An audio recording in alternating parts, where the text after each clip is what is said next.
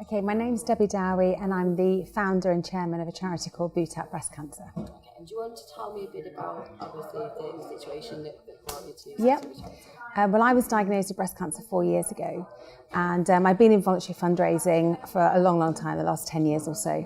So decided to put it to good use really, and decided to set up a brand new charity. I thought about doing a one-off event, but then after much discussion with my surgeon, decided to do it full time. So since November, our first event, 2010, we've actually raised over £300,000, and all the money's been spent on diagnostic equipment in the Northwest.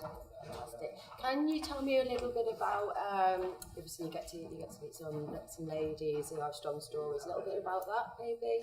What affected you? Well, yes, we did a ball in November, a ball in March actually, a Northern Soul Ball, and we were raising money for Wigan Casino, but for Wigan Infirmary.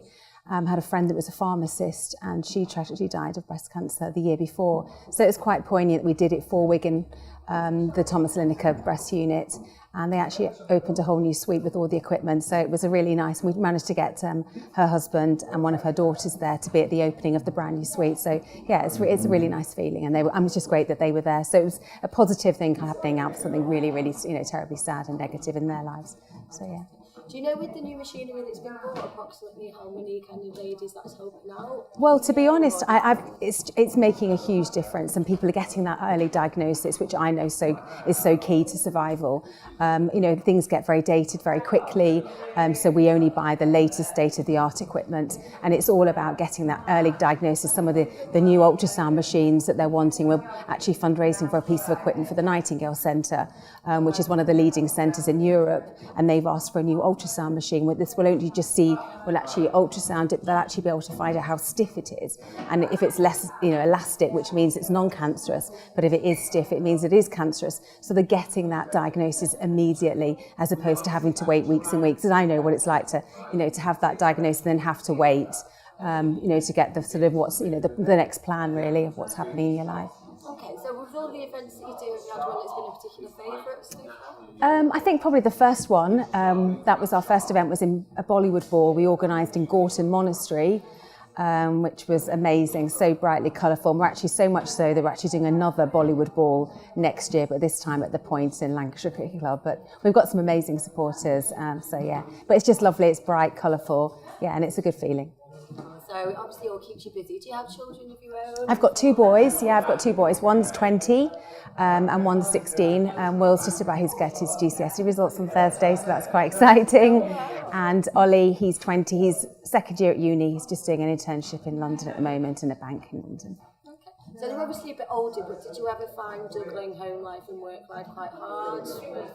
Fortunately, I was able to stay at home with the children, but I've worked for various different charities. I worked for a charity called Wellbeing. I've also worked for Home Start, where I've actually supported 2 families in the Bolton area, so that was quite uplifting.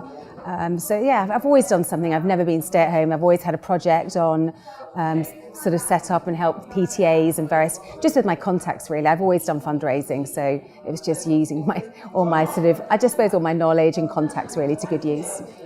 And what does Ian think about the charity? No, he's really, really pleased. He's very proud of what I do, to be honest. And it's just a nice feeling when he came with us up to Wigan, and you actually see a whole new suite opening, and knowing that it is benefiting so many people, men and women, because obviously men do still get breast cancer as well. So it is a nice thing. He's very proud. And I say it's very tangible. So we're quite pleased that people do, every £5, people that do my website, everyone does everything altruistically. No one makes any money, which, recently they've been talking about how these charity bosses will get paid a lot of money, where we're all volunteers and not one single penny comes out, because everyone does everything for free, which is good. So obviously, other than being very generous with your time, what type of attributes do you think people need to have to work within charity? I think, I suppose just having an element of fun as well, not taking yourself too seriously.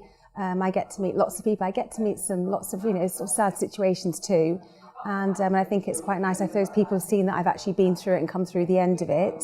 And I think it's being very inclusive, and I think just seeing the end product really. And I think I wouldn't do it if I didn't get that lovely feeling at the end. And do you have any advice for maybe women who want to start off in business, or even if they want to work into charity? What advice would you maybe give young women just starting off? Well, I think it's I think it. Oh, I don't know, really. Gosh. I suppose for me, I've had so many years of experience working with various different people, and it's just taking elements from lots of different. I talk to lots of different people that have worked in business. I've got a meeting next week, a lady sort of like head of marketing for a huge company in London, and she's been touched by breast cancer and she wants to come on board. So I think it's just sharing. We all have our own individual skills, but it's just pooling all those ideas and all those contacts and just being able to work as a team, really. I mean, ultimately, I know that I'm the figurehead, but I've got a lot of friends that do stuff behind the scenes as well, that support me, and their husbands have companies that help to do different things. So yeah, so it's just really mixing all the ideas together, really, and listening. So what have you got coming up next? We've got a couple of ladies' business events happening in September, a golf day at the end of September, and then we're heading really towards the Bollywood Ball in March. That's our big event. We hope to raise over £100,000 on that event.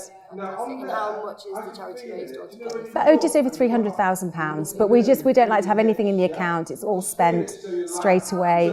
So the Nightingale Centre have given me a wish list, 2 items for £110,000. So we hope to have that paid. But literally by March, we should have all the money from that. And then we'll be able to have probably money left from that to start for the next hospital.